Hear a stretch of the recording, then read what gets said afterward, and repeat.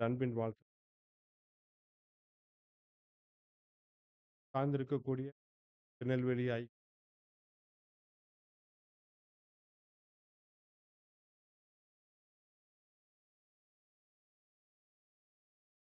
பாடத்துக்குள்ள இன்னைக்கு வெளியில பார்த்தால ஒரு கூலான ஒரு அது ஆவிக்குரிய பிரயோஜனமா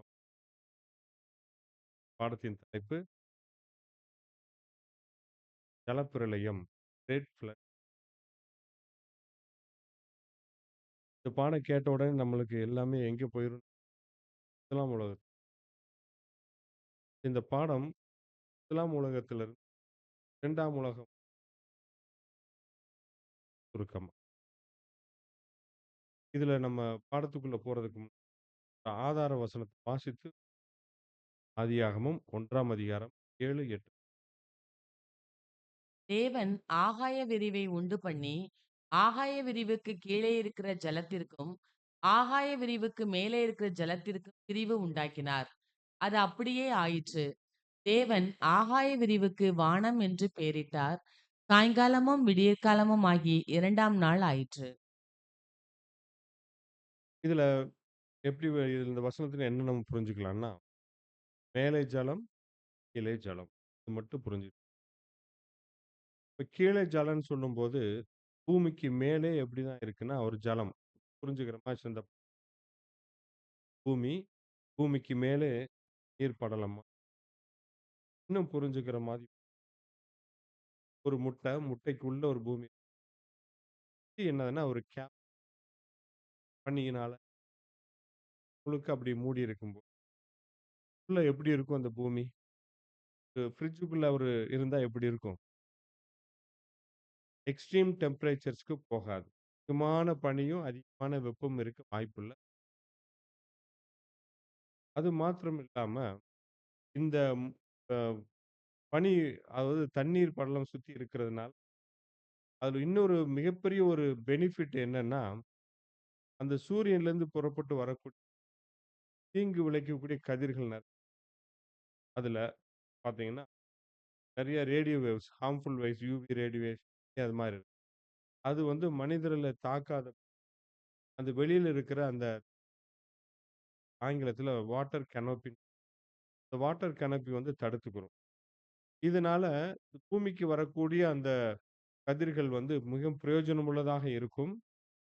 அது வந்து இதனால ஜனங்களுக்கு நன்மை தான் பயந்ததே ஒழிய எந்த ஒரு தீமையும் இதனால பார்த்தீங்கன்னா, யூனிஃபார்ம் கிளைமேட் எந்த ஒரு தீமையை உண்டாக்கக்கூடிய எந்த ஒரு சூழ்நிலையும் இல்லாத இருக்கும். அவங்களுடைய ஆயுசு நாட்களும் நல்லா இருந்தது. ஆரோக்கியமாவும் இருந்தாங்க. உதாரணத்துக்கு பார்த்தோம்னா, முதல் செட் பாருங்களேன். நோவாக்கு 950 வருஷம் இருந்தாரு. சேம் 600 வருஷம். அர்பகசாத் 438, சாலா 460 பார்த்தீங்கன்னா குறைஞ்சுகிட்டே வருது. இன்னும் பார்த்தீங்கன்னா, அடுத்த ஒரு செட் பார்த்தீங்கன்னா, பேலேகிலிருந்து தேராக வரைக்கும் 200 சில்றை. அடுத்து இன்னும் பார்த்தீங்கன்னா, ஆபிரகாம்லிருந்து மோசே வரைக்கும் பார்த்தீங்கன்னா, 100 அப்ராக்ஸிமேட். இதுலருந்து என்ன புரிஞ்சுக்கலாம்னா, முதலாம் உலகம் இந்த வாட்டர் கேனப்பி அழிக்கப்பட்டதுக்கு அப்புறம், அந்த எக்ஸ்ட்ரீம் டெம்பரேச்சர்ஸ் வந்துருச்சு.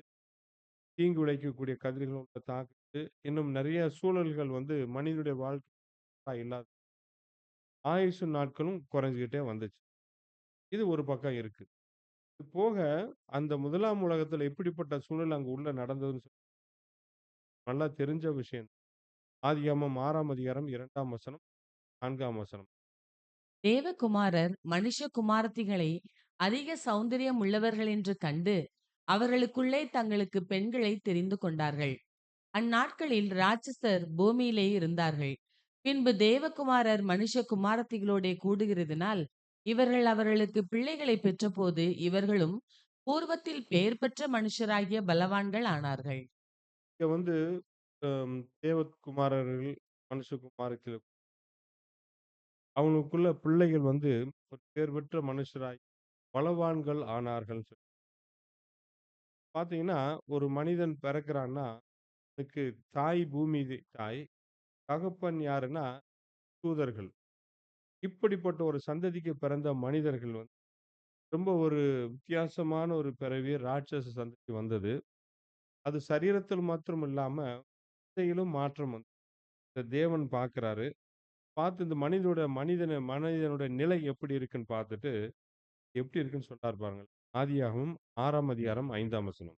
மனுஷனுடைய அக்கிரமம் பூமியிலே பெருகினது என்றும், அவன் இருதயத்து நினைவுகளின் தோற்றமெல்லாம் நித்தமும் பொல்லாததே என்றும் கர்த்தர் கண்டு, இத பாருங்களேன். அவனுடைய அக்கிரமம் மொத்தமா பூமியில பெருகிடுச்சு. அவன் இருதயத்தின் நினைவுகளின் தோற்றமெல்லாம் அப்ப மைண்ட்ல தோன்ற எல்லா விஷயமும் பொல்லாததா இருந்தது ஒழிய நல்ல இதே காரியத்த 11ஆம் வசனத்த கூட வாசிக்கலாம்.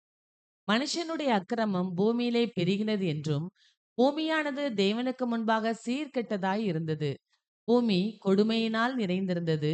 அவன் இருதயத்தின் நினைவுகளின் தோற்றமெல்லாம் நித்தமும் பொல்லாததே என்றும் கர்த்தர் கண்டு, ஸோ அவனுடைய நினைவுகள் பொல்லாதது மட்டும் இல்லாம, பூமி முழுக்க அந்த பொல்லாத சிந்தனை இருந்ததுனால, கொடுமையினால நிறைஞ்சிருந்தது.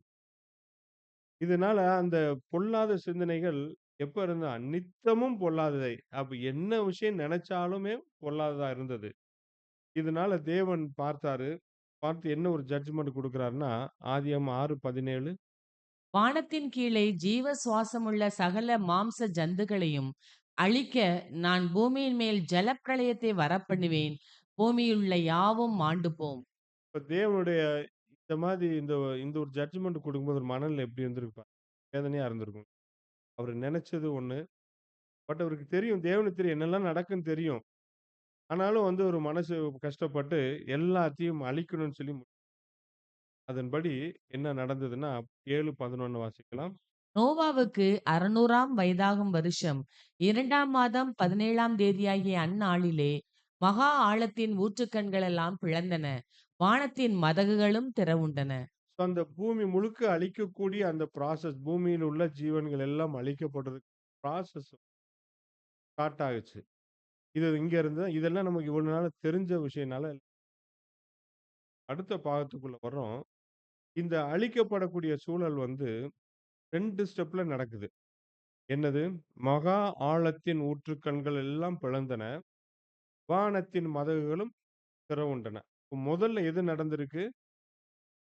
பூமியில இருந்து தான் அந்த ஊற்றுக்கண்கள் திறந்திருக்கு.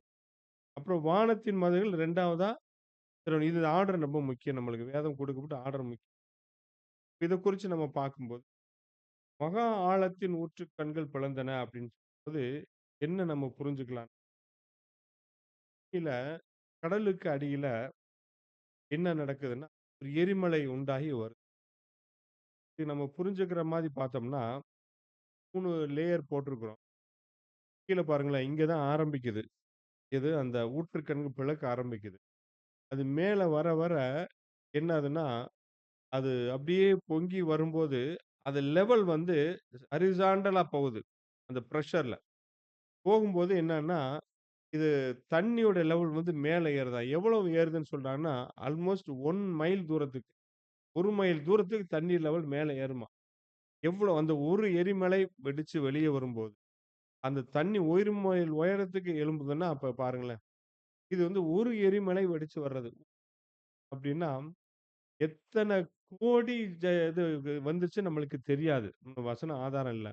பட் ஒரு இதுல அந்த மட்டும் நம்ம பார்க்குறோம். ஆகும்போது தான் என்ன சம்பவத்த நம்ம இப்ப கீழருந்து வரும்போது, அந்த கடல் அடியில இருக்கிற அந்த பகுதி, மண்ணு, அதுக்கு மேல இருக்கிற ஜீவராசிகள், மச்சங்கள் எல்லாம் வந்து என்ன மேல வர ஆரம்பிச்சுருச்சு. வந்து இது என்னன்னா, இங்க இருந்து கடல்ல இருந்து நிலத்துக்கு தண்ணி எங்கெங்கெல்லாம் போகுதோ, அங்கெல்லாம் போக ஆரம்பிச்சுருச்சு. இதுதான் அந்த ஒரு ஊற்றுக்கண் பிளந்து வரும்போது, இது என்ன நடந்ததுன்னா, உள்ள கடல்ல இருக்கிற கடல் மச்சங்கள் எல்லாமே வந்து வெளியேறி, தண்ணி எங்கெங்கெல்லாம் போகுதோ அங்கெல்லாம் போக ஆரம்பிச்சுருச்சு. அப்ப கடல் முழுக்க இந்த மாரி வந்து எரிமலைகள் வரும். உள்ள இருக்கிற தண்ணி எல்லாம் மேல ஏற ஆரம்பிச்சுருச்சு. இங்க இருந்து அதுல இருக்கிற ஜீவராசிகளும் வெளிய ஏற ஆரம்பிச்சுருச்சு. கடல விட்டு தாண்டி தண்ணி எங்கெல்லாம் போகுதோ, ஆக்சுவலா தண்ணி எங்கெங்கெல்லாம் போயிருச்சு அப்டின்னா, இன்னைக்கும் கடலுக்கு அடியில தண்ணி வந்து அங்கங்க தானே கடல் பார்க்குறோம். ஆனா ஆக்சுவலா இது பாருங்களேன், குளோபல் கன்வேயர் பெல்ட்ன்னு போட்டிருக்கும். என்ன அப்டின்னா, கடலுக்கு அடியிலே, பூமிக்கு அடியிலே எல்லா தண்ணி எல்லாம் ஒரே லிங்க்ல தான் இருக்கு. எல்லா பக்கமும் தண்ணி சுத்திக்கிட்டு தான் இருக்கு. அது ப்ளூல ஒரு கலர் போட்டிருக்கு. ஒண்ணு ரெட் அது வார்ம் வாட்டரும், கோல்ட் வாட்டர் எல்லாம் கலந்து வருமாம். இதனால அப்ப என்ன புரிஞ்சுக்கலாம்னா, பூமி முழுக்குமே தண்ணி வந்து எல்லா பக்கமும் சுழண்டு, சுழண்டு வந்துகிட்டு தான் இருக்கு. வெளியில தான் பூமிக்கு மேல தான் அப்டி இருக்கு. இது நம்ம கவனிக்க வேண்டிய ஒரு விஷயம். இப்ப பூமிக்கு அடியில, கடலுக்கு அடியில ஊற்றுக்கண்கள் உண்மையாவே இருந்திருக்குமா அப்படின்னு பார்த்தா, ஒரு ஆராய்ச்சி பண்ணி ஒரு ரோபோட்ட உள்ள விட்டுருக்காங்க. 2006ல நடந்த சம்பவம். பார்க்கும்போது இது தெரியுதா உங்களுக்கு கிரீன் கலர்ல? அப்ப உள்ளேயே ஒரு கடலுக்குள்ளேயே ஒரு ஆறு இருக்கிறத கண்டுபிடிச்சிருக்கு. இப்ப வேதாகமத்துல சொல்லியிருக்கலாம் ரொம்ப 100க்கு 100 உண்மை. இப்ப இது நம்ம என்ன பார்க்க போறோம்னா, மெயின் ஃபோக்கஸ் வேதாகமத்துல சொல்லியிருக்கு எந்த அளவுக்கு 100% உண்மை அப்படின்றது இப்ப பார்த்துட்டு அதுக்குள்ள நம்ம பாடத்துக்கு என்ன பாடம் வச்சிருக்கிறோம். இப்ப அந்த ஊற்றுக்கண்கள்லாம் திறந்ததுன்னு சொல்லி பார்த்தோம். இப்ப தண்ணீல கடல்ல இருக்கிற எல்லாமே வெளியேறி மத்த இடத்துக்கும் போக ஆரம்பிச்சுருச்சு. தண்ணி ஒட்டுமொத்த இடத்துல சுழலுச்சுன்னா என்ன ஆகும்? அப்ப தண்ணி பூமி முழுக்கவே சுழன்றுச்சு. அங்கங்க கடல்ல தண்ணி வந்தாலும், தண்ணி எல்லாமே எல்லா இடத்துலயும் ஒரே இடத்துல இப்ப பெரிய குளம் ஃபுல்லா தண்ணி வந்துச்சுன்னா என்ன ஆகும்? இந்த இடத்துல ஒரு காத்தடிச்சா சுத்திக்கிட்டே இருக்கும்ல. அது மாரி பூமி முழுக்க இருந்தது. பூமி முழுக்க ஒரே குளமா இருந்தது மாரி இமேஜின் பண்ணிக்குவோம். இந்த மாரி சூழல் வந்து இதுனா இதுலருந்து ஊற்றுக்கண்கள் திறக்கும்போது விஷயம். அடுத்து 2வது ஸ்டெப் என்னது? வானத்தின் மதகுகள் திறவுண்டது. அது எப்படின்னு பார்க்கும்போது, இப்ப பார்த்தோம்ல கீழ இருந்து இந்த பூமி எரிமலை வந்து எழும்பும்போது என்ன ஆகும்னா, அந்த ஹீட்டுனால புகை ரொம்ப இருக்கும். புகை, கரி அது மாரி அந்த புகை மாரி இருக்குல்ல, எல்லாம் மேல வரும்போது என்ன ஆகும்னா, ரொம்ப புகை அதிகமா ஹீட்டு தான் அது. மேல போக போக என்ன ஒரு இதுல மட்டும் பார்க்குறோம். பூமி முழுக்க எல்லா இடத்துல வரும்போது இமேஜின் பண்ணி.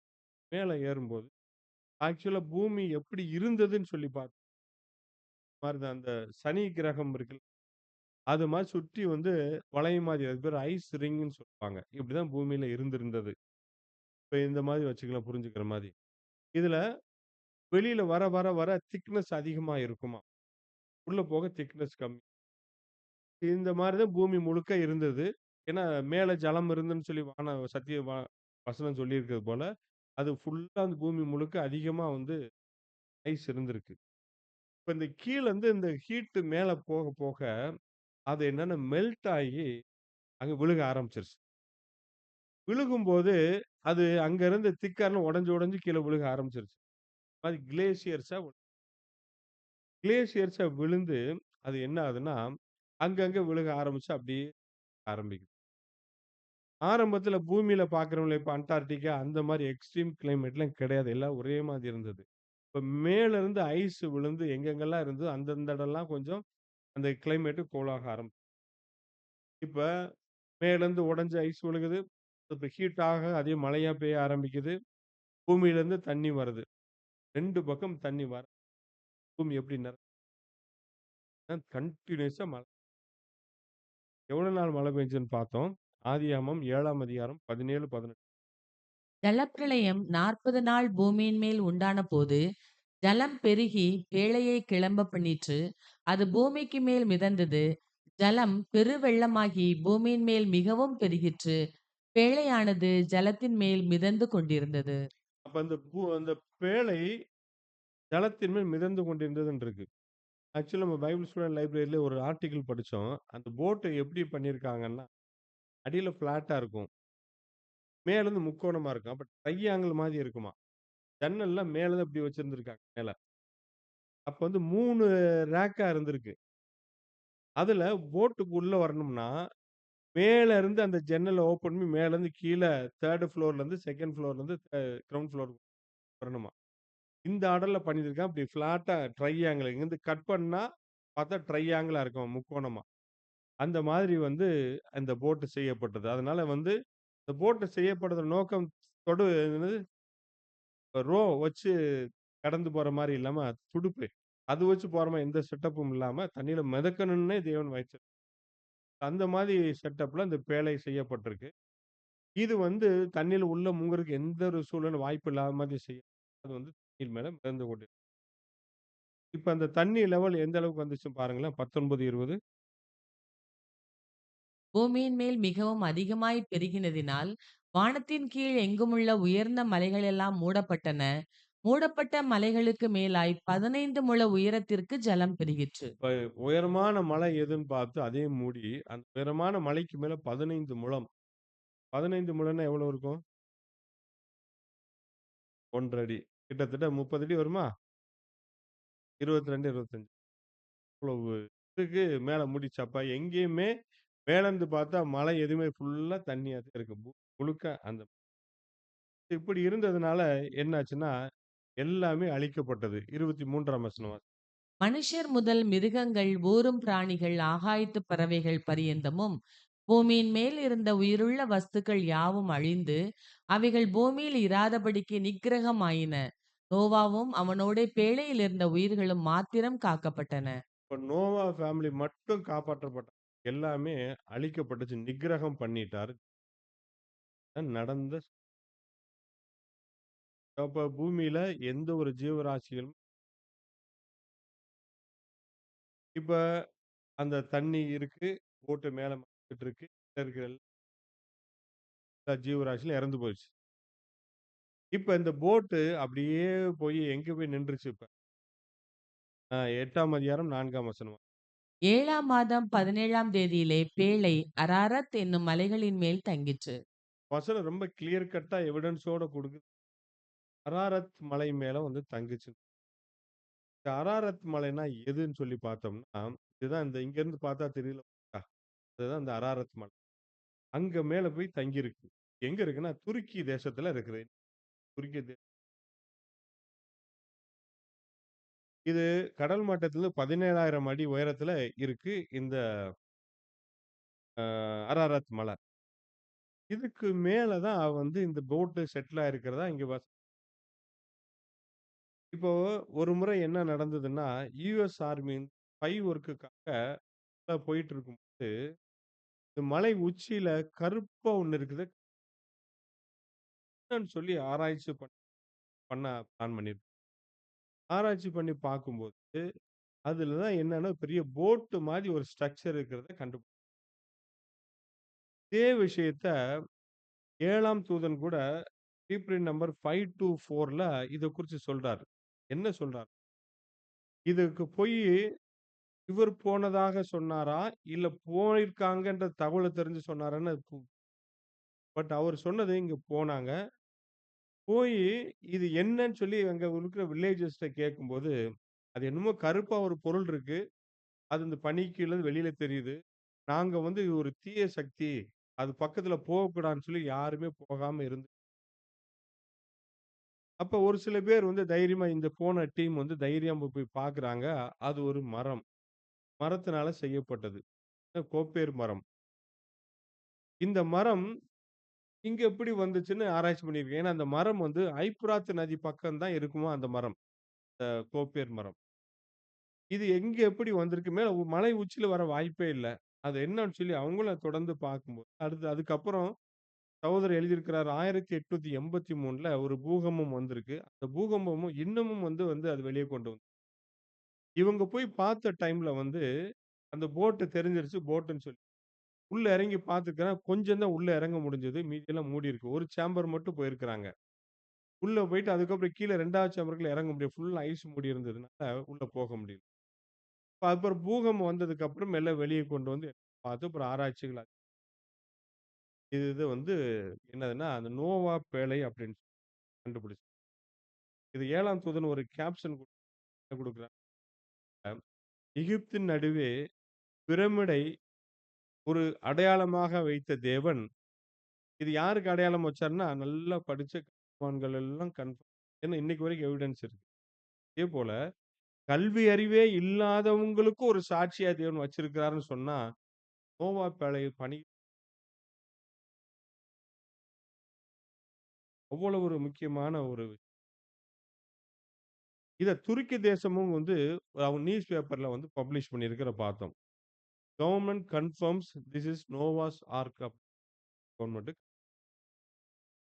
ஸோ இது வந்து அப்ப இதுலருந்து நம்ம என்ன புரிஞ்சுக்கலாம்னா, வேதம் அந்த ஒரு வசனம் இருக்குல்ல, பேழை அராரத் மலையிலே தங்கிற்று அப்படின்றது. எவிடன்ஸ் நடந்ததுன்னு.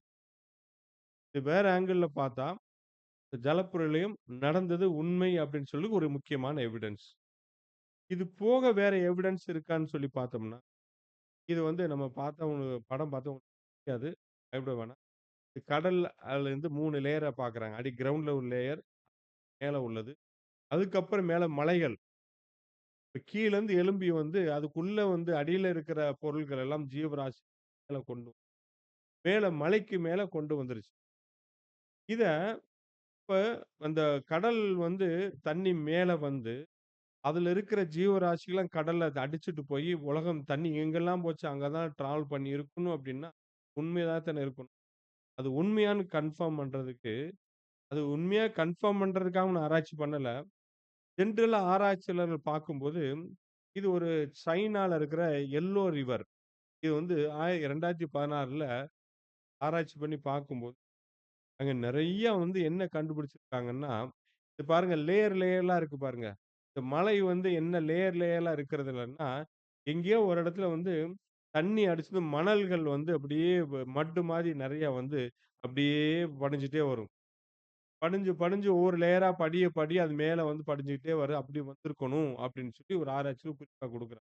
அப்ப ஏதோ ஒரு டைம்ல மிகப்பெரிய ஒரு ஒரு பெருவெள்ளம் வந்திருக்கணும்னு சொல்லி கன்ஃபார்ம் பண்றாங்க. இதே மாதிரி இன்னும் நெறைய ஸ்பாட் பார்க்கலாம். இது வந்து சாண்ட் ஸ்டோன் அமெரிக்கால சில பகுதிலாம் இருக்கு. அங்க நல்லா பாருங்களேன். தண்ணி தேங்கி இருக்கிறதுக்கு அடையாளம் பாருங்களேன். எவ்வளவு லேயரா இருக்கு பாருங்க. இது அப்ப குளோபலா ஒரு வெள்ளம் வந்திருக்கணும் அப்படின்னு சொல்லி கன்ஃபார்ம் பண்றாங்க. இன்னும் பார்த்தீங்கன்னா, இதெல்லாம் பாருங்களேன். அந்த இது ஒரு நவஜோ சாண்ட்ஸ்டோன்னு சொல்லி மேலை நாடுகள்ல. அங்கேயும் பாருங்க அந்த லேயரா தெரியுதா? இப்ப தண்ணி வந்து அப்படியே அலைஞ்சு போய் அப்படியே போயிட்டு வரும்போது, அந்த அப்படியே வந்து செட்டில் ஆயிருக்கு. அந்த இடமெல்லாம் வளைவா இருக்கிறதெல்லாம் இது என்ன கன்ஃபார்ம் பண்றாங்கன்னா, ஒரு கண்ட்ரில நெறைய கண்ட்ரி எல்லா கண்ட்ரிலயும் இருக்கிறதா அங்க பார்த்துருக்கோம். எல்லா இடத்துலயும் பார்த்துட்டு என்ன கன்ஃபார்ம் பண்றாங்க, கண்டிப்பா குளோபல் லெவல்ல ஏதோ ஒரு வெள்ளம் வந்திருக்கணும்.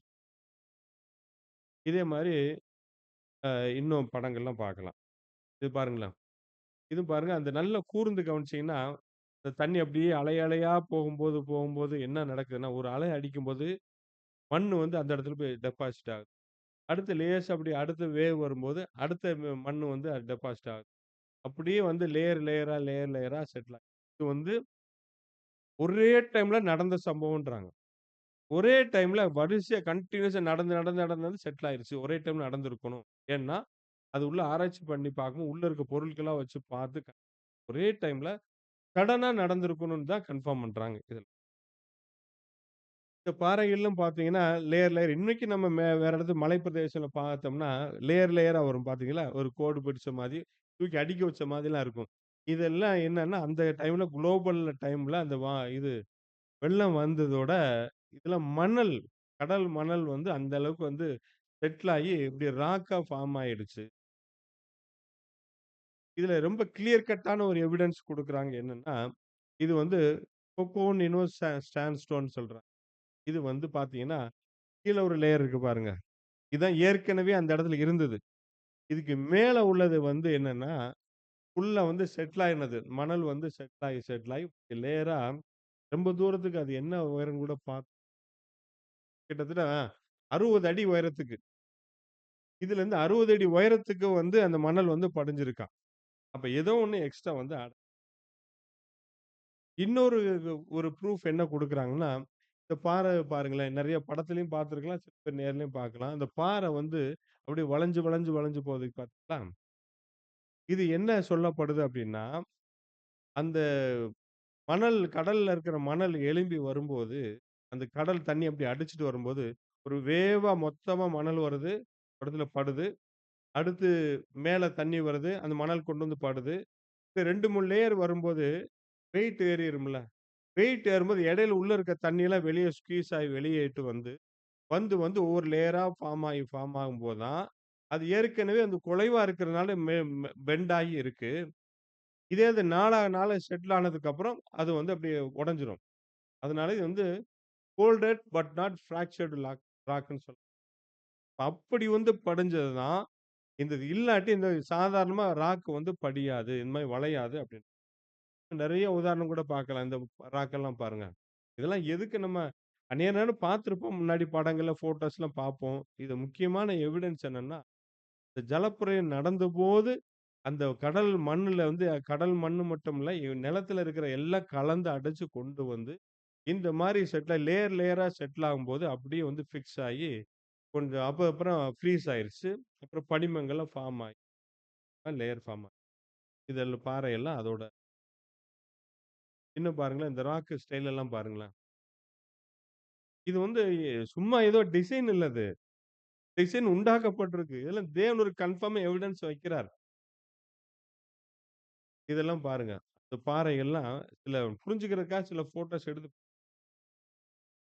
இதுல இந்த லேயர் லேயரா பார்த்தோமே, அந்த ஒவ்வொரு லேயரும் என்ன அப்டின்னா, கடல் வந்து தண்ணி வந்து கடல்ல இருக்கிற மணலையும், நிலத்துல இருக்கிற எல்லாத்தையும் சேர்ந்து கொண்டு வந்து அப்படியே அள்ளி அப்படியே கொண்டு போயிட்டு சுத்தி டிராவல் பண்ணிட்டே இருந்தது.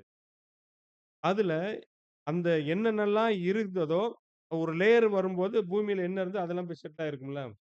அது மாரி செட்டில் ஆனு ஆராய்ச்சி பண்ணி பார்க்கும்போது, இதுக்குள்ள என்ன இருந்திருக்குன்னா, இன்னைக்கு நம்ம கடல்ல இருக்கிற உயிரினங்கள் இருக்குல்ல, அதோட படிமங்கள்லாம் இந்த மலை மேல இருக்கிற அந்த லேயர்ல இருக்கிறத கண்டுபிடிச்சிருக்கிறாங்க. கடல்ல இன்னைக்கு இருக்குல்ல, அது உதாரணத்துக்கு பார்த்தோன்னா இது பாருங்களேன். இது என்னன்னா கடல் நத்தை. இந்த கடல் நத்தை கடல்ல தானே இருக்கணும். எங்க மலை உச்சியில கண்டுபிடிச்சிருக்கிறாங்க. இது எப்படி எங்க வந்திருக்கும் அப்படின்னா, ஏதோ ஒரு விஷயம் நடந்து குளோபலா பூமி முழுக்க ஏதோ ஒரு வெள்ளம் வந்து, கடல்ல இருக்கிற ஜீவராசிகள மேல கொண்டு வரப்பட்டு பூமி நிறைஞ்சிருக்கணும். அப்போ வந்து படிஞ்சிருக்கும்னு சொல்றாங்க. இது என்ன பார்த்தீங்கன்னா, மீன்கள் வந்து இப்பதான் வந்திருக்கு. வந்து இன்னும் வளரல. இது அப்படியே இந்த பூமி வெடிச்சு வரும்போது, தண்ணி அப்படியே மொத்தமா கொண்டு மேல தூக்கி போட்டு, அப்படியே வந்து ஃப்ரீஸ் ஆயிருக்கு. மேல கொண்டு அப்படியே பூமி மூடிருச்சு. அந்த லேயர் வந்து மூடுனதால, அது அப்படியே படிமங்கள் ஆயிருச்சு. இது ஆங்கிலத்தில ஃபாசில்ஸ்ன்னு சொல்லப்படும். ஃபாசில் கேள்விப்பட்டிருக்கீங்கல்ல? இப்ப சில மரங்கள்லாம் ஃபாசில் பார்த்திருப்போம். ரொம்ப 100 வருஷம், 200 வருஷம் மரம், 1000 வருஷம் மரமெல்லாம் மரம் மாரியே இருக்கும். தொட்டுனா, சுண்டுனா இரும்பு மாரி சத்தம் கேட்கும். அந்த மாரி இதெல்லாம் ஃபாசிலைஸ்ட். அதே மாரி இந்த கடல்ல இருக்கிற ஜீவராசிகளும் ஃபாசிலைஸ்ட் ஆனத கண்டுபிடிச்சிருக்கு. மொத்தமா பார்த்து என்ன சொல்றாங்க, ராபிட் பரியல்ன்றாங்க. ஸ்பீடா வந்து புதைக்கப்பட்டிருக்கணும் அப்படின்னு சொல்ல வர்றாங்க. அதனால தான் இதே மாரி என்ன நேச்சர்ல இருந்துச்சோ அதே மாரி படிஞ்சிருக்கு அப்படின்றாங்க. இதெல்லாம் சில எவிடன்ஸஸ். இதுனா அந்த இது வந்து ஹிமாலயால, நேபாளலயே கண்டுபிடிச்சிருக்கான். அதே மாரி கடல்ல உள்ள அந்த இதெல்லாம் ஒரு ஜீவராசிகள்லாம் கண்டுபிடிச்சிருக்கிறாங்க. இது பாருங்க. இதுவும் கடல் நத்தை. எங்கன்னா நேபாள்ல. எவரெஸ்ட் பக்கத்துல உள்ள அந்த மலைப்பகுதியில இந்த கடல் நத்தையோட இது வந்து எவரெஸ்ட்ல கடல்ல இருக்கக்கூடிய ஒரு உயிரினம் வந்து மலை மேல இருக்கு. இதுதான் ஆனா ஆக்சுவலா என்ன தெரியுமா சொல்ல வர்றாங்க? ஜலப்பிரளயத்துக்கு முன்னாடி இந்த எவரெஸ்ட்ல ஒண்ணுமே இல்லையாம். இருந்திருக்க வாய்ப்பில்லன்றாங்க. அப்ப எப்ப ஜலப்பிரளயம் வந்ததோ, அப்பதான் இந்த மலைகள்லாம் உருவாகி இருக்கும். அப்படின்னு சொல்லி ஒரு தியரி சொல்றப்போ. இது அமெரிக்கால பார்த்தீங்கன்னா, கிராண்ட் கேனியன் சொல்லுவாங்க. இதுல நல்லா பாருங்களேன். ஃபுல்லா லேயர் லேயரா இருக்கும். இங்க தான் மேக்ஸிமம் ஏரியாவாம். 400 ஸ்கொயர் மைல்ஸ் வரைக்கும் கூட இருக்குன்னு சொல்லப்படுது. அவ்வளோ பெரிய ஏரியா வந்து லேயர் லேயரா இருக்கிறத வச்சு என்ன கன்ஃபார்ம் பண்றான்னா, எகைன் அதேதான். குளோபலா ஒரு சம்பவம் நடந்திருக்கணும் வெள்ளம். இதுல பாருங்க அந்த கிராண்ட் கானியல ஆராய்ச்சி பண்ணி பார்க்கும்போது, கடல்ல இருக்கிற ஒரு உயிரினத்தோட ஃபாசில் படிமம் மலையில அதோட படங்கள். இது என்னன்னு பார்த்தீங்கன்னா, ஜெல்லி ஃபிஷ் இருக்குல்ல, ஜெல்லி ஃபிஷ் இப்ப ஆக்சுவலா கடல் மீன்கள் என்ன ஆகும்னா, ஒரு மீன் செத்து போச்சுன்னா, கடல்ல மிதக்குமா? உள்ள போகுமா? மிதக்கத்தானே செய்யும். அப்ப என்ன ஆகும்னா, அது அப்படியே அடிச்சு, அடிச்சு ஓரத்துல ஒதுங்கி, அதுக்கு மண்ணு மூடி, அதுக்கப்புறம் வந்து செட்டில் ஆயி டீகம்போஸ் ஆயிரும். ஆனா, இந்த கடல் மீன்கள்லாம் உயிரோட இருந்திருக்கு. படிமன் வரும்போது. உயிரோட இருந்திருக்கு. அப்பன்னா, சடனா லிஃப்ட் ஆகி மேலவே மூடிரும். என்ன நடந்ததுன்னு தெரியாததுக்குள்ள போட்டு மூடி அப்படியே செட்டில் ஆயிரும். அதுவும் ஃபாசில் ஆயிரும். ஆனா, ஜெல்லி ஃபிஷ் வந்து பார்த்தீங்கன்னா, அவ்வளோ ஈஸியா வந்து உயிரோட இருக்காது. சீக்கிரம் செத்து போமாம். ஒரு நெறைய எக்கச்சக்கமான ஒரு ஒரு ஒரு நெறைய மொத்தமா ஒரு ஜெல்லி ஃபிஷ்லாம் இந்த கிராண்ட் கேனியன்ல கண்டுபிடிச்சிருக்காங்க மேல மலை மேல. ஃபாசில். போக இது வந்து என்னன்னா, ஒரு ரெப்டைல் கடல்ல இருக்கக்கூடிய ஒரு பல்லி வகையை சார்ந்த ரெப்டைல் ஓட இது. இது வந்து இது என்னன்னா, அது குட்டி ஈன்றபோது இது வந்திருக்கு. பெருவெள்ளம் வந்து போட்டு அப்படியே மூடிருச்சு. மூடி அது அப்படியே இருக்கு பாருங்க. அந்த ஃபாசில் அப்படியே செட்டில் ஆயிருக்கு. சரி மிருகங்கள் மட்டும் இல்லாம, பூமியில இருக்கக்கூடிய தரையில இருக்கக்கூடிய இலைகள், செடிகள் எல்லாம் எங்க பெனின்சுலா அண்டார்டிகால போய் இருக்கு. அந்த இலைகள் அங்க செக் பண்ணி பார்த்தா, அங்க இருக்கு எந்த மரமே கிடையாது. எல்லாம் பூமியில இருக்கக்கூடிய மரங்கள். அதெல்லாம் அங்க இருக்கு. அப்புறம் டைனோசர். டைனோசரும் பூமியில இருக்கக்கூடியது மலை உச்சியில அங்கெல்லாம் இருக்கிறத பார்க்குறோம்.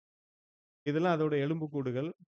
இதுல பாருங்களேன், அந்த படிமங்கள் இதெல்லாம் பூமியில இருக்கக்கூடியவைகள், கடல்ல இருக்கக்கூடியதுதான் மலை உச்சியில போயிருக்கு அப்படின்னாலே, என்ன கன்ஃபார்ம் பண்ணி கண்டிப்பா ஏதோ ஒரு பூமி முழுக்க ஒரு ஜலப்பிரளயம் வந்திருக்கும்னு ப்ரூஃபோட சொல்லப்படுது. சரி.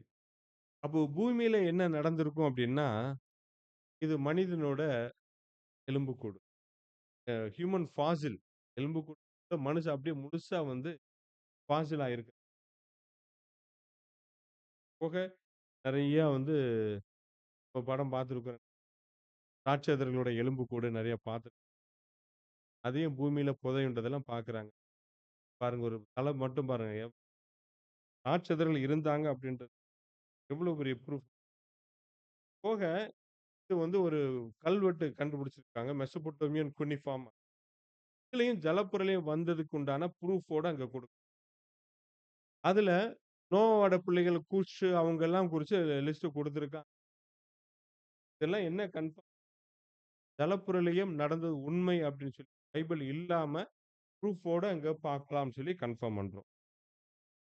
இது ஒரு பக்கம் இருக்க, இது என்ன யானைகள். மாமூத்துன்னு சொல்லப்படும். இப்ப இருக்கிற யானைகள்ல முன்னாடி இருந்தது. அவ்வளோ அந்த டஸ்க் மட்டும் அவ்வளோ பெருசா இருக்குமாம். இந்த யானைகள்லாம் வந்து தரையில இருக்கக்கூடிய யானைகள். ஆனா இதெல்லாம் எங்க? இது ஐஸ்க்குள்ள போய் புதைஞ்சிருக்கு. மேல பாருங்களேன். உண்மையானது. ஒரு ஐஸுக்குள்ள ஒரு மாமூத் இருந்திருக்கு. இத பார்த்துட்டு எல்லாருக்கும் ஆச்சரியமாயிருச்சு. இது எப்படி தரையில இருக்கு, இங்க போய் இருக்கு. அப்ப தண்ணீல இதுவும் அடிச்சுட்டு போய் தூக்கி போட்டு பவர்ஃபுல்லா வந்திருக்கு. அதையும் எடுத்து பார்த்துருக்குறாங்க. இந்த மாமூத்தோட இதெல்லாம். இதுல என்ன பார்த்துருக்காங்கன்னா, இது வாயில கடிச்ச ஃப்ரெஷ்ஷா இருக்கிற இலை உள்ளேயே இருக்காம். இந்த ஃப்ரெஷ்ஷா இருக்கிற இலையோட வந்தது ஃப்ரீஸ் ஆயிருக்கு. சடனா பரியல் ஆயிருக்கு. இது போக, இது வந்து என்னன்னா, மரங்கள் சைபீரியன் ஐலேண்ட்ஸ்ன்னு அங்க ஒரு பனி பிரதேசம். ரஷ்யா. இது 90 அடி உயரம் உள்ள பழங்களை குடிக்கக்கூடிய மரங்கள் வந்து அங்க மலையில இருந்திருக்கு. ஐஸ்ல. கீழ தான் இருக்கக்கூடிய ஒரு மரம். கிரீனிஷா இருந்திருக்கு. அதையும் நோட் பண்ணியிருக்கேன். இதெல்லாம் வச்சு எவிடன்ஸா வச்சு நம்ம கலெக்டிவா வச்சு பார்க்கும்போது என்ன நம்ம ப்ரூவ் பண்ணலாம்ன்னு. ஜலப்புறையில் 100% உண்மை அப்படின்னு வேதாம சொன்னத சயின்டிஸ்டும் வேலிடேட் இது உண்மை நடந்தது. சரி இவ்வளவு பெரிய ஜலப்பிரளயம் வந்துச்சே, இந்த போட் எப்படி வந்து தப்பிச்சிருக்கும் பார்க்கும்போது. அந்த ஐஸ் எல்லாம் கீழ விழுந்து உடைஞ்சு விழுந்து அந்த ஐஸ் எல்லாம் மூவ் ஆயிட்டே தான் இருக்கும். அதோட சேர்ந்து போட்டும் மூவ் ஆயிட்டே இருக்கு. எதுவுமே டேமேஜ் ஆகாம தேவன் தான் அத இப்படியாக அந்த முதலாம் உலகம் முதலாம் உலகம் முடிவுக்கு வந்துருச்சு. இப்ப தேவன் என்ன சொல்ல வர்றார்? இத நெனச்சு பார்க்கணுன்றாரு. முதலாம் உலகத்துல ஏன் இந்த சம்பவம்? நம்ம இவ்ளோ எவிடன்ஸ் எதுக்கு சொல்ல வந்தோம்னா, முதலாம் உலகத்துல ஜனங்கள் வந்து 2 குரூப்பா இருந்தாங்க. பாருங்க ஒரு தூதர்கள் நோவா, இன்னொரு ஜனங்கள் இருந்தாங்க, நோவா இருந்தாங்க. நோவா வந்து தேவன சார்ந்து இருந்தாரு. ஜனங்கள் வந்து நோவா பக்கம் இல்ல, தேவன் பக்கம் இல்ல, தூதர்கள் பக்கம் இப்படிப்பட்ட சூழ்நிலை இருக்கும்போது, இவங்க ஜனங்களுடைய சிந்தனைலாம் ஆதி முதற்கொண்டு ரொம்ப தீங்கானதா இருந்ததுனால, அவங்க செயல்களும் தவறாயிருச்சு. அதனால தான் நிக்கிரகம் பண்ணேன்னு சொல்லி. ஆனா ஆ நோவாவுக்கு மட்டும் எந்த தீங்கு இல்லாம காப்பாற்றணும். இப்ப ஏன் இந்த தீங்கு வந்து ஜனங்களை எல்லாம் அழித்தது? இந்த எல்லாரும் அழிக்கப்படக்கூடிய சூழ்நிலையில எப்படி நோவா காப்பாற்றப்பட்டார் அப்படின்றத நம்ம நல்லா புரிஞ்சுக்கணும் அப்படின்னு சொல்றதுக்காக தான் 77ஆம் சங்கீதம் 5ஆம் வசனத்துல வாசிக்கும்போது, பூர்வ நாட்களையும் ஆதிகாலத்து வருஷங்களையும் சிநேகிக்கிறேன்னு சொல்லி தாவீது ஜென்ரலா சொல்றார். ஆனா, இந்த மாதிரி ஒரு பூர்வ காலத்துல ஒரு ஜலப்பிரளயம் வந்து, தேவன் விரும்பாத ஒரு சூழல் உண்டானத தேவன் அருவருத்து அத நிக்கிரகம் பண்ணுனார் அப்படின்றத ஜனங்கள் சிந்தித்து பார்க்கணுன்றாரு. ஆனா, சிந்தித்து பார்க்காம இருக்கிறாங்களாம். எங்க சொல்றாருன்னா, 2 பேதுரு 3:6 வாசிக்கலாம். அப்பொழுது இருந்த உலகம் ஜலப்பிரளயத்தினாலே அழிந்ததென்பதையும் மனதார அறியாமல் இருக்கிறார்கள். பாரு மனதார அறியல. வேதாகமத்துல குடுத்திருக்கு. ஆனா ஜனங்கள் மனதார அறியவே இல்ல. அது பெருசாவே நினைக்கல அவங்க. அது ஏதோ ஒரு விஷயம் அப்டின்ட்டாங்க. ஆனா, இது சொல்லிட்டு ரொம்ப முக்கியமான ஒரு விஷயத்த இன்னைக்கு மத்தவங்க அறியாம இருந்துறாங்க மனதார. ஆனா, நீங்க அப்படி அறியாம இருந்துறாதீங்க. அந்த சம்பவம் கூட ஒரு முக்கியமான விஷயத்துக்கு தான் நடந்ததுன்னு சொல்லிட்டு, ஆண்டவர் இங்க வலியுறுத்துறத பார்க்கலாம். மத்தேயு 24:30. நோவாவின் காலத்தில் எப்படி நடந்ததோ, அப்படியே மனுஷகுமாரன் வரும் காலத்திலும் நடக்கும். அப்ப நோவாவின் காலத்தில் நடந்ததுன்னு சொல்லும்போது, நோவா அங்க இருந்தாரா? நடந்துச்சா? மனுஷகுமாரன் வரும் காலத்தின் கரெக்ட்டா? அந்த வசனம் எப்படி மொழிபெயர்க்கலாம்? வந்திருக்கும் காலத்திலும். இப்போ பிரசன்ஸ்ன்னு சொல்லியிருக்கோம் இல்லையா? மனுஷகுமாரன் வந்திருக்கும் காலத்தில் அப்ப நோவா சம்பவத்துல நடந்தபோது நோவா அங்க இருந்தாரு. மனுஷகுமாரன் வந்து அந்த சம்பவம் நடக்கணும். மனுஷகுமாரன் இருக்கணும். இப்ப மனுஷகுமாரன் ஆண்டவராய் இயேசு கிறிஸ்து இங்க பூமியில இருக்கிறார். அன்னை நோவா இருந்தபோது. அப்ப நோவா இருந்த டைம்ல என்ன ஒரு அழிவு நடந்ததோ, அது உண்மை 100க்கு 100 உண்மைன்னு சொல்லி நம்ம கன்ஃபார்ம் பண்ணியிருக்கோம் எவிடன்ஸோட. வேதாவசனம் மட்டும் இல்லாம. அப்ப அது நிச்சயமா நடந்ததுன்னா, மனுஷகுமாரன் வந்திருக்கிறாரு. அவர் டைம்ல அதே மாதிரி ஒரு பேரழிவு இங்க பூமியில நடக்கும் அப்படின்றது நிச்சயமாக உண்மை. அத நம்ம நம்பி ஆகணும். அப்ப அன்னைக்கு நடந்தபோது என்ன சம்பவம் நடந்தது? ஆதியாகமம் 7:22 வாசிக்கலாம். வெட்டாந்தரையில் உண்டான எல்லாவற்றிலும் நாசியிலே ஜீவ சுவாசமுள்ளவைகள் எல்லாம் மாண்டு போயின. நாசியிலே ஜீவ சுவாசம் உள்ளவைகள் எல்லாம் மாண்டு போயினன்னார். அதே மாதிரி இங்கேயும் அழிப்பேன் அப்படின்னு சொல்றாரு. எங்க சொல்றாருன்னா, செப்பனியா 3ஆம் அதிகாரம் 8ஆம் வசனம். ஆகையால் நான் கொள்ளையாட எழும்பும் நாள் மட்டும் எனக்கு காத்திருங்கள் என்று கர்த்தர் சொல்லுகிறார். என் சினமாகிய உக்கிர கோபத்தையெல்லாம் அவர்கள் மேல் சொரியும்படி ஜாதிகளை சேர்க்கவும் ராஜ்யங்களை கூட்டவும் நான் தீர்மானம் பண்ணினேன். பூமியெல்லாம் என் எரிச்சலின் அக்கினியினால் அழியும். பூமி எல்லாம் என் எரிச்சலின் அக்கினியால் பூமி எல்லாம்ட்டாரு. இப்ப அன்னைக்கு 1ஆம் உலகத்தை எப்படி அழிச்சாரோ, அதே மாதிரி இங்கேயும் அழிப்பேன் அப்படின்னு சொல்லி தேவன் ரொம்ப உறுதியா சொல்றாரு. அங்க என்ன சொன்னாரு? எல்லா ஜீவராசிகள் எல்லாத்தையும் நிக்கிரகம் பண்ணுவேன்னு சொன்னாரு. அதே போல ஏசாயாலாம் சொல்றாரு பாருங்களேன். ஏசாயா 13:13. இது நிமித்தம் சேனைகளின் கர்த்தருடைய உக்கிரத்தினால் அவருடைய கடுங்கோபத்தின் நாளிலே பூமி தன்னிடத்தை விட்டு நீங்கும்படி வானத்தை அதிர பண்ணுவேன். அப்ப பூமி தன் இடத்தை விட்டு நீங்கும்படி வானத்தை அதிர பண்ணுவேன். இப்ப நெறைய தீர்க்க தரிசனங்களும் கன்ஃபார்ம் பண்ணுது. அன்னைக்கு என்ன நடந்தது நோவா டைம்ல இங்கேயும் அதே மாதிரி நடக்கும்ன்றது கன்ஃபார்ம். அன்னைக்கு அந்த ஜனங்கள் வந்து 1ஆம் உலகத்துல ஏதாச்சும் நெனச்சு பார்த்தாங்களா? இது மாதிரி நம்மளுக்கு நடந்திருக்கா? நெனச்சு கூட பார்க்க முடியலைல்ல. அப்படிப்பட்ட சம்பவம் அவங்க அதுக்கு உள்ள போனதுக்கு அப்புறம் தான் உணரவே ஆரம்பிச்சிருப்பாங்க. அதே மாதிரி சூழலும் இங்கேயும் நடக்கும். மத்தேயு 24ஆம் அதிகாரம் 21, 22 வசனங்கள். ஏனெனில் உலகம் உண்டானது முதல் இதுவரைக்கும் சம்பவித்திராததும் இனிமேலும் சம்பவியாததுமான மிகுந்த உபத்திரவம் அப்பொழுது உண்டாயிருக்கும். அந்நாட்கள் குறைக்கப்படாதிருந்தால் ஒருவனாயினும் தப்பிப் போவதில்லை. தெரிந்து கொள்ளப்பட்டவர்கள் நிமித்தமோ அந்த நாட்கள் குறைக்கப்படும். அங்க 1ஆம் உலகத்துல நடந்தது போல, இதுவரைக்கும் உலகம் உண்டான முதல் இதுவரைக்கும் அந்த மாதிரி சம்பவமே உண்டாயிருக்காதாம். அப்படிப்பட்ட ஒரு பேரழிவு இந்த பூமியில வரும். அப்படின்னு சொல்லிட்டு உறுதியா சொல்றாரு. அப்போ வரும்போது, அன்னைக்கு எப்படி காக்கப்பட்டாங்க? அதே மாதிரி யாரெல்லாம் நோவா மாதிரி இருக்கிறாங்களோ, அவங்களும் காக்கப்படுவார்கள். அன்னைக்கு எப்படி காக்கப்பட்டாங்கன்றத பேதுருல வாசிக்கலாம். 1 பேதுரு 3ஆம் அதிகாரம் 20, 21. அந்த பேழையிலே சிலராகிய 8 பேர் மாத்திரம் காக்கப்பட்டார்கள். அதற்கு ஒப்பனையான ஞானஸ்தானமானது ஒரு நிமிஷம். இங்க நல்லா பாருங்களேன். அந்த பேழையிலே சிலராய 8 பேர் மாத்திரம் காக்கப்பட்டார்கள் சொல்லிட்டு, ஈக்குவலா எங்க சொல்லுது காக்கப்படுறதுக்கு? அதற்கு அதற்கு ஒப்பனையான ஞானஸ்நானம். அப்ப ஞானஸ்நானம் என்ன சொல்ல வருது? ஞானஸ்நானம் அங்க காப்பாற்றப்படுறதுக்கு ஈக்குவலா இங்க சொல்லப்படுது. ஞானஸ்நானமானது மாம்ச அழுக்கை நீக்குதலாயிராமல், தேவனைப் பற்றும் நல்மனசாட்சியின் உடன்படிக்கையாயிருந்து, இப்பொழுது நம்மையும் இயேசு கிறிஸ்துவினுடைய உயிர்த்தெழுதலினால் இரட்சிக்கிறது. அப்ப யார் மட்டும் தான் காப்பாற்றப்பட்டாங்க? நோவா ஃபேமிலி மட்டும் தான். அன்புக்குரிய சகோதரர்களே, நல்லா கவனிங்க இந்த முக்கியமான வசனம். அன்னைக்கு நோவா ஃபேமிலி மட்டும் காக்கப்பட்டாங்க. அதே மாதிரி இன்னைக்கு நோவா மாதிரி இருக்கிறவங்கள காக்கப்படுவாங்கன்னு சொல்றாரு.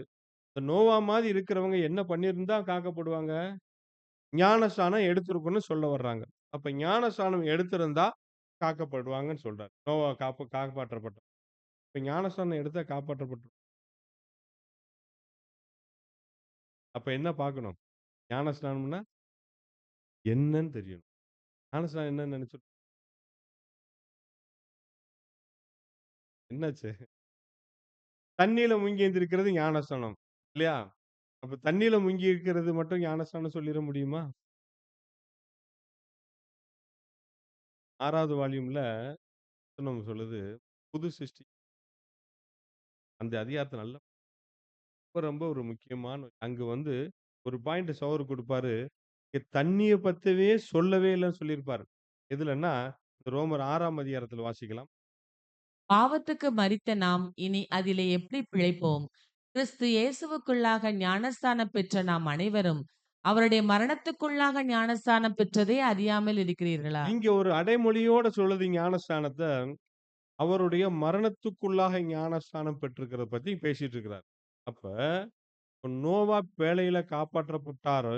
அதே மாதிரி நீங்களும் காக்கப்படணும்னா, நீங்க ஒரு பேழைக்குள்ள இருக்கணும். அந்த பேழை என்னதுன்னா ஞானஸ்நானம். அந்த ஞானஸ்நானம் என்னன்னு சொல்லி பார்த்தா, மரணத்துக்கு உள்ளாக்கும் ஞானஸ்நானம்ன்றாரு. இந்த மரணத்துக்கு உள்ளாக்கும் ஞானஸ்நானம்னா என்னன்னு சொல்லி தான், அந்த 6வது வால்யூம்ல புது சிருஷ்டி ஞானஸ்நானத்துக்குள்ள போய் பார்த்தீங்கன்னா இருக்கும். இந்த வசனத்துக்கு கமெண்ட்ரி கொடுக்கும்போது தண்ணீய பத்திங்க சொல்லப்படவில்லை. அப்ப மரணத்துக்குள்ளாய் ஞானஸ்நானம் என்னன்னு தெரிஞ்சு, அதுக்குள்ள நம்ம இருந்தால் மட்டும் தான் நம்ம வந்து நோவா மாரி காப்பாற்றப்படுவோம்ன்றாரு. இப்ப மரணத்துக்குள்ளாகும் ஞானஸ்நானம் என்ன? என்ன சொல்ல வர்றாருன்னா, இது யார பார்த்து பேசுறாரு?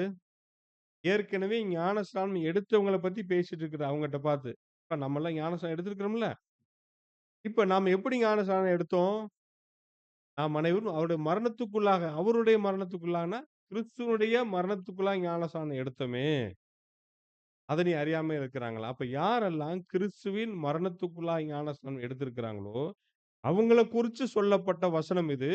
யாரெல்லாம் இதை செய்திருக்கிறார்களோ, இவர்கள் தான் நோவா மாரி காப்பாற்றப்படுவார்கள் இருக்கு. அப்ப இது என்ன நம்ம புரிஞ்சுக்கலாம்? அப்ப கிறிஸ்து எப்படி மரணத்துக்குள்ளாக போனாரோ, அதே போல யாரெல்லாம் அவருடைய மரணத்துக்குள்ளாக அவரைப் போலவே போறார்களோ, அதான் ஒரே ஞானஸ்நானம் சொல்லுது. தலை போயி சரீரமும் போகணும். தலை போன இடம், தலை போன வழியில சரீரமும் போகணும். தலை எப்படி போச்சு? எப்ப மரிச்சது?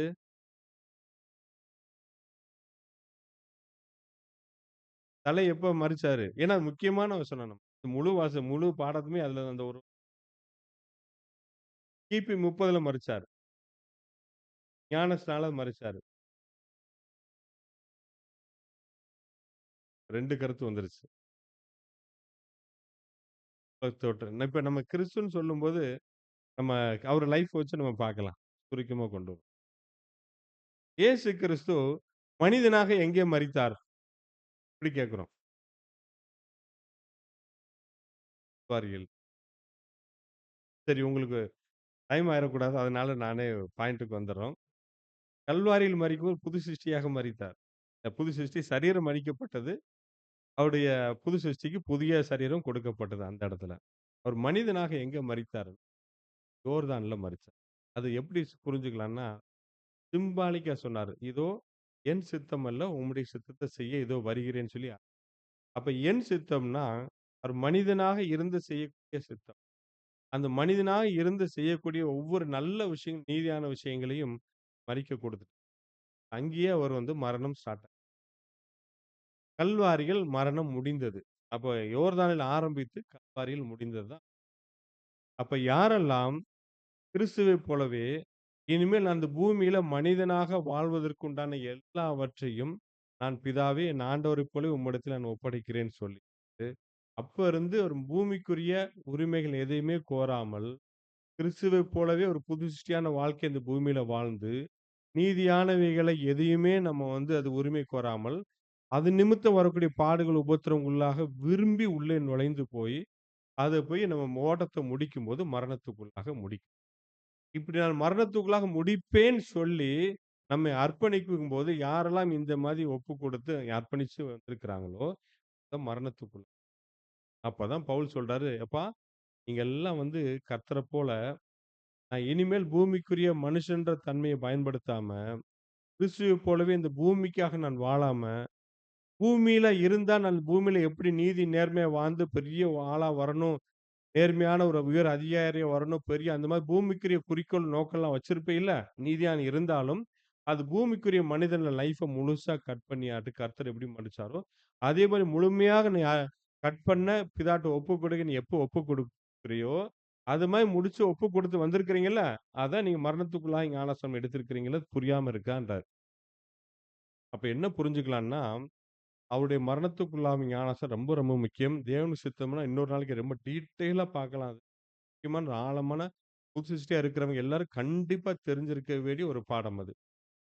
அப்ப அந்த மரணத்துக்குள்ளாய் ஞானஸ்நானம் யாரெல்லாம் எடுத்து கிறிஸ்துவோடு சேர்ந்து சுருக்கமா சொன்னா, மனிதன்ற தன்மைய மரிக்க குடுக்கிறேன்னு சொல்லி ஒப்பு குடுத்தது தான் அந்த அர்ப்பணிப்பு.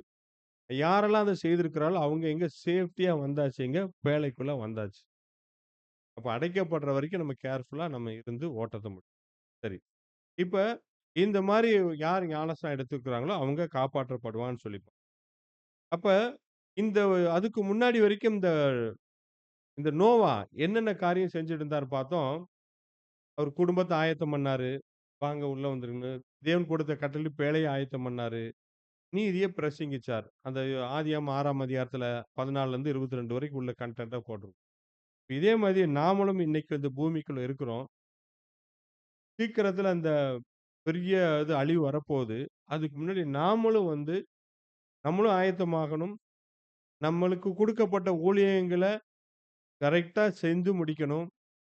வேலைய கட்டிப்படி விசுவாசத்த நல்ல நாளுக்கு நாள் வளரணும். அப்புறம் நீதிய பிரசங்கிக்க நம்ம வாழ்க்கையே பிரசங்கமா வாழ்ந்து காமிக்கணும். இதெல்லாம் நம்ம நோவா மாதிரியே செய்து கொண்டே இருக்கும்போது, அது என்ன நடக்கும்? நோவா காலத்துல எப்படி நடந்தது? மத்திய 24ஆம் அதிகாரத்துல சொல்லியிருக்குல்ல. ஆண்டவர்ட்ட கேட்கறாங்க. ஆண்டவரே, உம்முடைய வருகைக்கும், உம்முடைய வந்திருக்குதலுக்கும் நான் புரிஞ்சுக்கலாம். உலகத்தின் முடிவுக்கும் அடையாளம் என்னன்னு கேட்கறாங்க. இது இங்க என்ன பொருத்தி பார்க்கலாம்னா, ஜலப்பிரளயம் வச்சுக்கங்க. ஜலப்பிரளயத்துக்கு என்ன அடையாளம் மாரி, ஜலப்பிரளயம் வரப்போன்னு சொல்றீங்களா? அதுக்கு என்ன அடையாளம் கேட்ட மாரி வச்சுக்கங்க. இப்ப இந்த 2ஆம் உலகம் முடியும்போது, உலகத்தின் முடிவுக்கு அடையாளம் என்ன அப்படின்னு கேட்கறாங்க. அப்ப ஆண்டவர் சொன்ன பதில் என்னது? நோவா காலத்துல எப்படி நடந்துச்சோ, மனுஷகுமாரன் காலத்துல நடக்கும்ட்டார். அப்ப நோவா காலத்துல எப்படி நடந்துச்சு? தீன்னு வந்துச்சு, திடீர்னு அழிஞ்சுச்சு. அதனால எப்பன்னு சொல்ல முடியாது. இப்ப பாருங்களேன், அவங்க பேழைய கட்டிட்டு இருக்கும்போது ஒவ்வொருத்தரும் என்னென்ன மாரி சொன்னாங்க? எல்லாரும் எவ்வளவோ கேலி பண்ண 1 வருஷத்துக்கு மேல கட்டிட்டே இருக்கிறாரு. எல்லாரும் எவ்வளவோ ஏளனமா இருந்திருப்பாங்க. ஆனாலும் அவர் அத பத்தி கொஞ்சம் கூட அவர் கவலைப்படாம செஞ்சுகிட்டே இருந்தாரு. அதே நேரத்துல இவருடைய கவனம் ஃபுல்லா எங்க தான் இருந்தது? நீதிய பிரசங்கிக்கிறது, பேழைக்குள்ள கொண்டு போய் சேர்க்கணும். தேவன் கொடுத்த கட்டளைக்கு அதே கவனம் தான் இருந்துட்டு இருந்தது. ஆனா மற்றவங்க எப்படி இருந்தாங்க? ஆதியாகமம் 6ஆம் அதிகாரம் 3, 5 வசனங்கள் வாசிக்கலாம். அந்நாட்களில் ராட்சசர் பூமியிலே இருந்தார்கள். பின்பு தேவகுமார மனுஷகுமாரத்திகளோடே கூடுகிறதினால், இவர்கள் அவர்களுக்கு பிள்ளைகளைப் பெற்றபோது, இவர்களும் பூர்வத்தில் பேர் பெற்ற மனுஷராகிய பலவான்கள் ஆனார்கள். போதும்.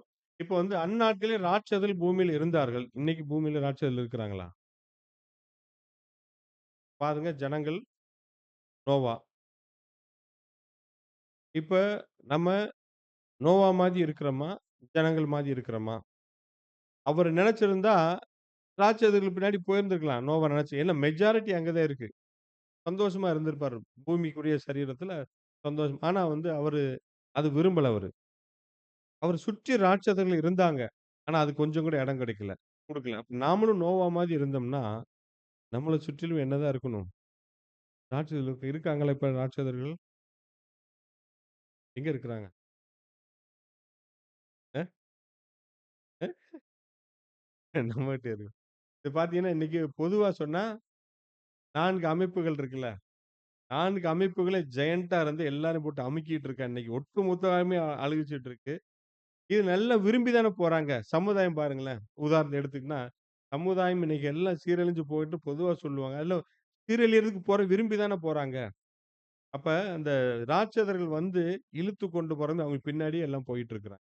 இன்னைக்கு நம்மளுக்கு டைரக்ட்டான ஒரு ராட்சதன் யாருன்னு சொல்லி பார்த்தா, எங்க இருக்கிறாங்க பிரதர் சொன்னாங்க. எங்க இருக்காங்க? கூடயே தான் இருக்கிறாங்க. எல்லாம் மீடியாஸ் எல்லாம் பாருங்களேன். இதுக்கு பேரு 6வது விரல்ன்னு சொல்லுவாங்க மொபைலுக்கு. அது நல்ல விதமா பயன்படுத்துறவங்க பயன்படுத்திக்கிறாங்க. நல்ல விதமா பயன்படுத்த ஸ்டார்ட் பண்ணவங்க எப்படி முடிக்கிறாங்கன்னு தெரியாது. அந்த அளவுக்கு தீமைகள் நிறைஞ்சு இருக்கு. ராட்சதர்கள் அழிச்சு நம்ம உள்ள இழுத்து கொண்டு போற மாரி, நோவா மாதிரி வேலைக்குள்ள போக விடாதபடிக்கு வெளிய இழுத்து கொண்டு போக முயற்சி பண்றாங்க. இந்த முயற்சி பண்ணும்போது, நம்மள பார்த்து என்ன சொல்லுவாங்க? அன்னைக்கு நோவா பேழைய கட்டும்போது என்ன சொன்னாங்க?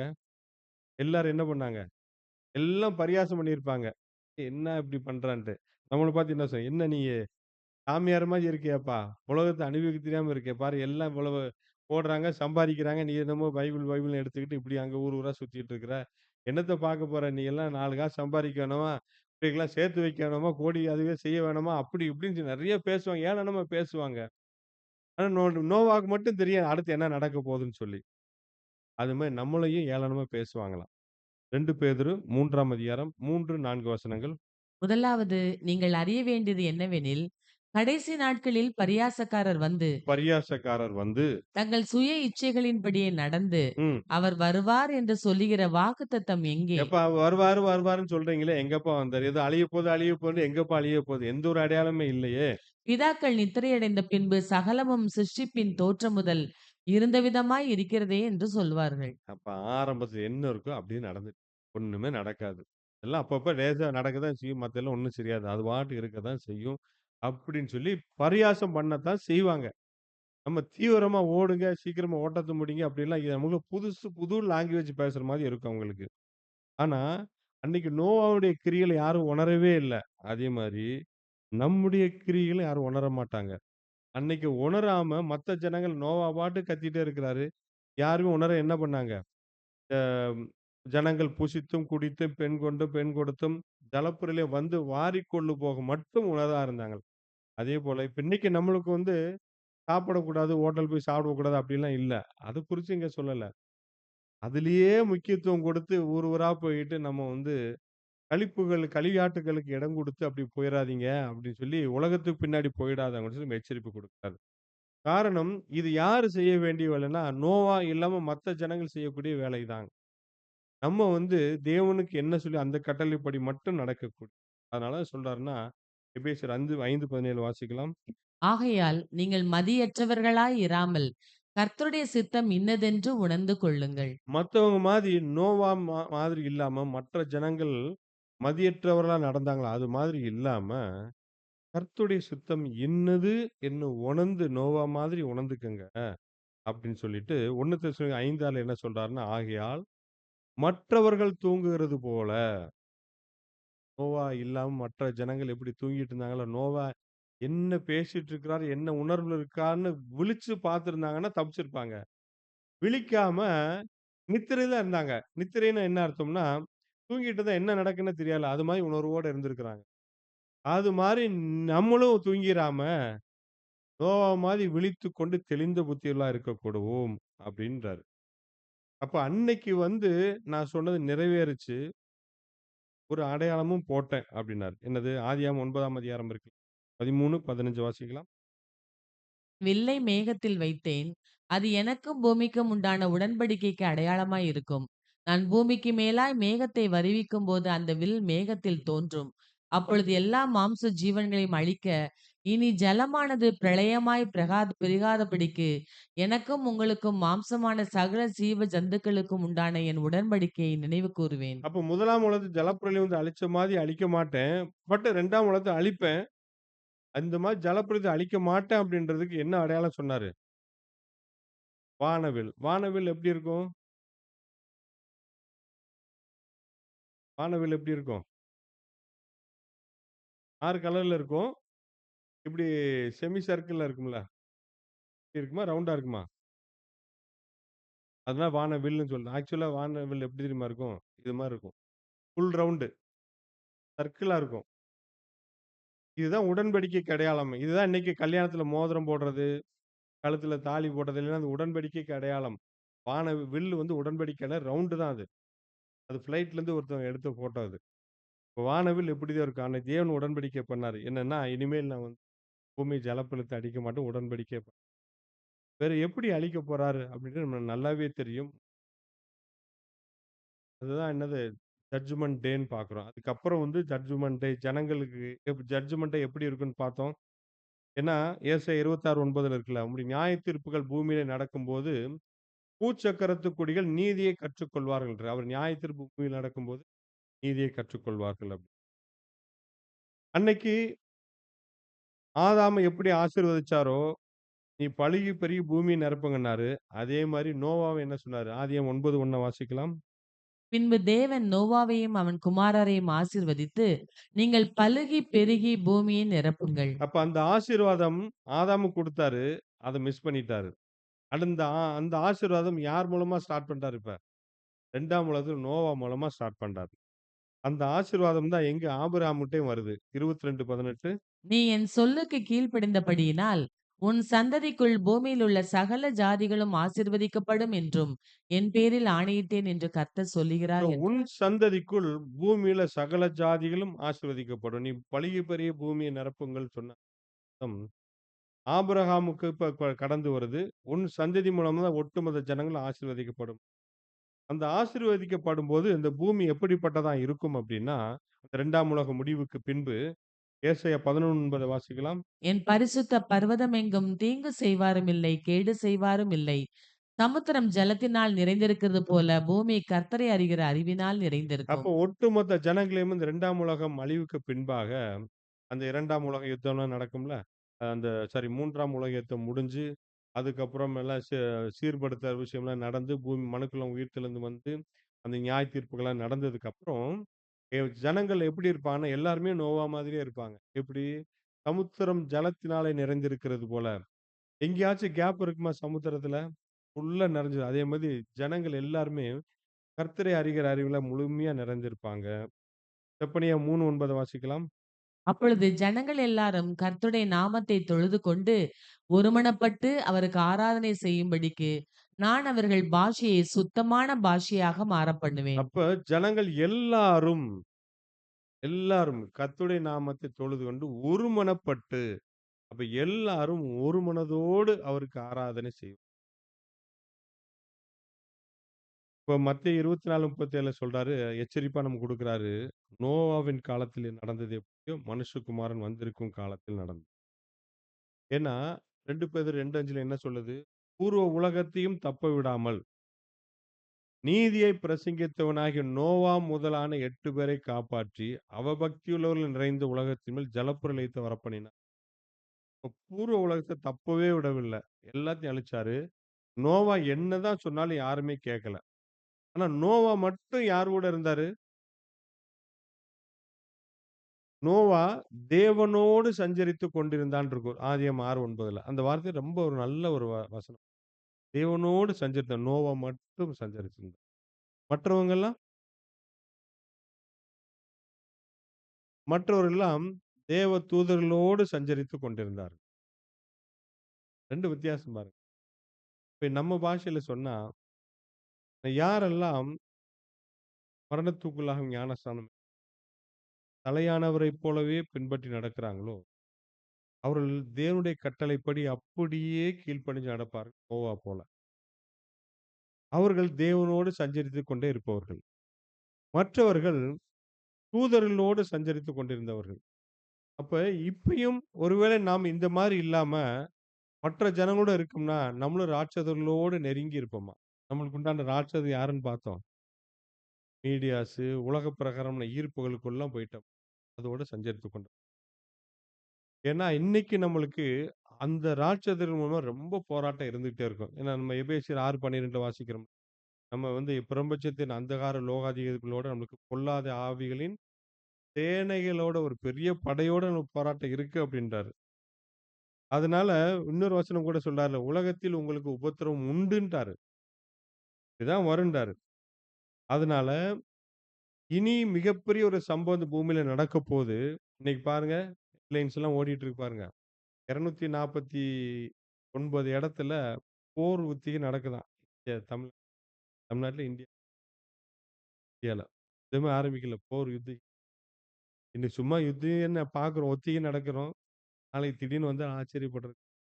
இப்படிதான் ஒரு தடவ கொரோனா எங்க பாரு சைனால கொரோனான்னு சொல்லிட்டு இருக்காங்க பாருங்க.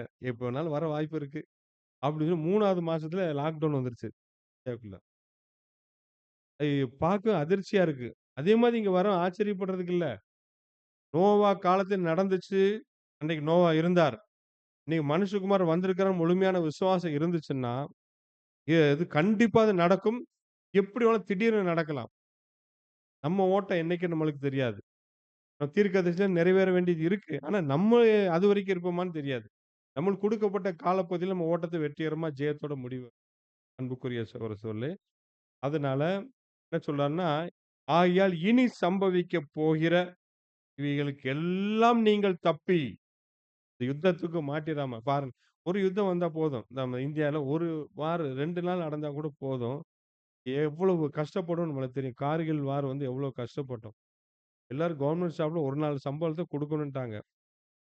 நெறைய கஷ்டம். எல்லாம் ஏகப்பட்ட டாக்ஸ் கூட்டிட்டாங்க. நெறைய ரொம்ப கஷ்டப்பட்டாங்க ஜனங்கள். இப்போ 1 மாசம், 1 வருஷம் யுத்தம் வந்துச்சுன்னா என்னத்துக்கு ஆகுது ஜனங்கள்லாம்? இப்ப வேதனை அதிகமா இருக்கும். வேதனைகள் கூடிக்கிட்டே இருக்கும். அது வந்து சபை முடிவடையறதுக்காக தான் அதுல சூழல குடுக்குறாரு. கண்டிப்பா நிறைவேற வாய்ப்புகள் நெறைய இருக்கு. அதனால இவைகளுக்கெல்லாம் நீங்கள் தப்பி மனுஷகுமாரன் முன்பாக நிற்க பாத்திரவான்களா காணப்படும்படிக்கு எப்பொழுதும் ஜெபம் பண்ணி விழித்திருங்கள். நோவா மாரி விழித்திருக்கணும். அதனால 1 தீமோத்தேயு 4:10 சொல்றாரு. இதனாலே நாம் பிரயாசப்படுகிறோம், நிந்தையும் அடைகிறோம். ஏனெனில் எல்லா மனுஷருக்கும், விசேஷமாக விசுவாசிகளுக்கும் இரட்சகராகிய ஜீவனுள்ள தேவன் மேல் நம்பிக்கை வைத்தோம். ஒரே நம்பிக்கை நோவாக்கு யாரும் மெஜாரிட்டி 99% வெளியில தான் இருந்தது. திராட்சைதர்கள் மேல. ஏன்னா அவங்க பார்க்குற பார்வையில பெரிய ஜெய்ஜாண்டிக்கா இருந்தாங்க. நோவாவுக்கு யாருமே இல்ல. ஒரே ஒரு விசுவாசம். அவர் சொன்னத அப்படியே பேழைய மட்டும் கட்டிட்டே இருக்கிறார். அதனால அன்புக்குரிய நம்மளும் நோவா அந்த பூமியிலிருந்து ஓட்டத்த ஓடணும். அதான் சொல்லாரு, நல்ல போராட்டத்தை போராடினேன். ஓட்டத்தை நம்மளும் இப்படி சொல்லக்கூடிய இப்ப ரொம்ப சீரியஸா சூழல் இருந்துட்டு இருக்கிறோம். எந்த அளவுக்கு நம்ம வந்து 7ஆம் சபை சொல்லப்பட்டது போல அனலும் இல்லாமல், குளிரும் இல்லாமல் இருந்துறக்கூடாது. அப்படிப்பட்ட சூழல் தான் நடக்குது. அதனால நம்ம யாரெல்லாம் விழிப்புள்ளவங்களா இருக்கிறோமோ தப்பிச்சுக்கலாம். அதாவது இன்னைக்கு லேவியரும் இருக்கிறாங்க, ஆசாரியர்களும் இருக்கிறாங்க. 2 பேருமே ஜெனிப்பிக்கப்பட்ட நிலைமையில இருக்கிறாங்க. 2 பேருக்குமே ஜீவ கிரீடம் கிடையாது. யாருக்கு தான் குடுப்பாங்க? இப்போ உரித்தாகும். யாரு முற்றிலும் ஜெயங்கொண்டவர்களா இருக்கிறான்? ஆசாரியர் வகுப்பார் மட்டும். அதனால நம்ம கூட ஓடி இருக்கிறவங்க ஒருவேளை நல்ல உண்மையா ஓடுனாலும், ஒருவேளை அவங்க லேவியர்களா கூட ஓடலாம் நம்மளுக்கு தெரியாது. அவங்கள கம்பேர் பண்ணி ஓடக்கூடாது நம்ம. ஒரே கம்பேரிசன் அவர மட்டுமே கம்பேர் பண்ணி நம்மளும் வந்து உறுதியா அழைப்பையும் உங்கள் தெரிந்து கொள்ளுதல் உறுதிப்படுத்திக் ஒண்ணு இருக்குன்னு உறுதிப்படுத்துங்க. அழைப்பு, அழைப்பு உறுதி பண்ணிருங்க. இத தவிர ஒரு ஒண்ணுமே இல்லை. உறுதியா பண்ணிருங்க. உறுதிப்படுத்தீங்கன்னா, அது என்ன தகுதி? அந்த தகுதியில நம்ம நிக்கிறோமா? அர்ப்பணிச்சிருக்கிறோம். ஜெனிப்பிக்கப்பட்டு அர்ப்பணிச்சிருக்கிறோம். உண்மையா இருக்கு. கிறிஸ்துவ போலவே நான் எங்கேயாச்சும் பிறழ்றேனா? கேட்கிற சத்தியத்துக்கு நான் நடந்து நினைச்சு பார்த்தே இருக்கணும். உறுதிப்படுத்தி தொடர்ந்து அத மட்டுமே ஃபோக்கஸ் பண்ணி நோவா மாரி போகும்போது, நம்மளும் ஜெயமாக தேவன் நம்மளுக்கு செய்வார். ஆகவே இன்றைய நாளிலே நோவா காலத்தில் நடந்தோ, மனுஷகுமாரன் வந்திருக்கும் காலம் நடக்கும் என்று சொல்லி எச்சரிப்பான பாடத்தை நமக்கு கொடுத்திருக்கிறார். அந்த முதலாம் உலகம் எப்படி நடந்தது? உண்மை 100க்கு 100 உண்மை வேதாமத்துல உண்மைன்னு சொல்லி, நம்ம வேதாம வசனங்கள வந்து இன்னைக்குள்ள சயன்டிஃபிக் ப்ரூஃபோட சேர்த்து நம்ம பார்த்திருக்கிறோம். அப்ப நிச்சயமா அது நடந்துச்சுன்னா, இது நிச்சயமா நடக்கும். அது எப்படி நடந்தது? திடீர்னு வந்தது தெரியாது. அதேபோல இங்கேயும் திடீர்னு வரும். ஆகவே ஒவ்வொரு வினாடியும் நாம இதுக்கு ஆயத்தமா அப்படிப்பட்ட ஒரு வாழ்க்கைய நம்ம தேவன் தாமே நம்ம ஒருவருக்கும் கிருபை செய்வாரா. நேரம் மட்டும் பொறுமையோடு கேட்ட தேவன் தாமே